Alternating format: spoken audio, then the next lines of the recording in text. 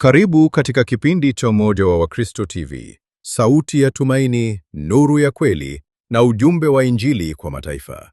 Leo tunazungumzia ujumbe muhimu sana kwa kila Mkristo, wito wa kujiandaa. Ndugu msikilizaji, swali la muhimu si tu kwamba Yesu atarudi lini.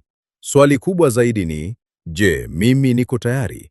Kila Mkristo anaitwa kuwa macho na tayari, kwani wito huu ni sehemu ya maisha ya kiroho yasiyo na mwisho, yenye changamoto, lakini pia yenye thawabu kubwa.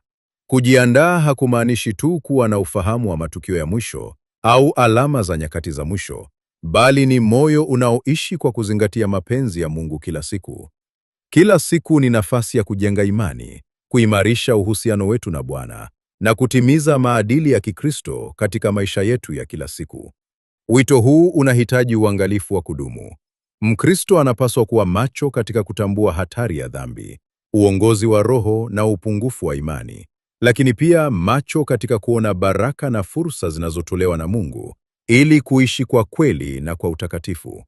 Biblia inatufundisha waziwazi kuwa hatuwezi kujua siku au saa ya kurudi kwa Bwana wetu Yesu Kristo.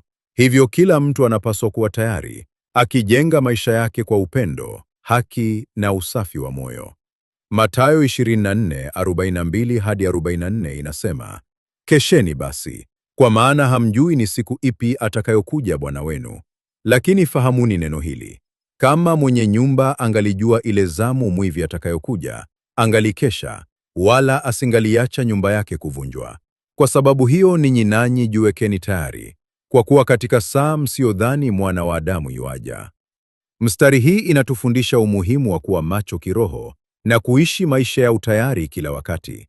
Yesu anatukumbusha kwamba hatujui siku wala saa ya kuja kwake, hivyo hatupaswi kulegea au kuahirisha toba na matendo mema, tukidhani bado tuna muda mwingi. Mfano wa mwenye nyumba na mwivi unaonyesha kuwa kama tungejua hatari inakuja lini, tungejiandaa mapema. Vivyo hivyo, tunapaswa kuwa tayari kila siku kwa kuishi kwa haki, uaminifu na kumtii Mungu.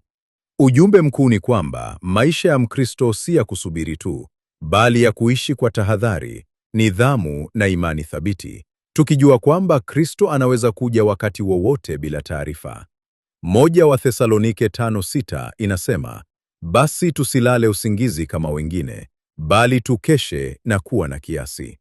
Mtume Paul anatuonyesha umuhimu wa kuwa macho kiroho na kuishi maisha yenye nidhamu na uangalifu kila wakati.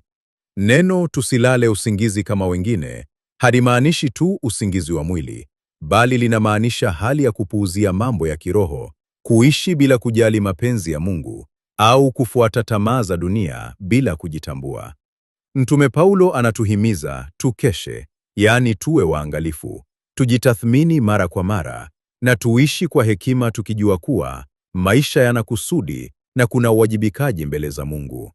Pia anasema tuwe na kiasi, akimaanisha tuwe na nidhamu binafsi katika maneno, matendo na maamuzi yetu, ili tusije tukapotea au kushawishiwa kirahisi na majaribu ya maisha. Kwa ujumla, mstari huu unatukumbusha kwamba waumini wanapaswa kuishi tofauti na wengine, kwa umakini, utayari na hofu ya Mungu, wakijiandaa kila wakati kwa mambo ya milele na sio kuendeshwa na mambo ya muda mfupi ya dunia hii. Ndugu msikilizaji, ujumbe wa leo ni huu: kesheni na jiwekeni tayari, kwa maana hamjui siku wala saa ambayo Bwana atakuja. Usisubiri kesho kumrudia Mungu.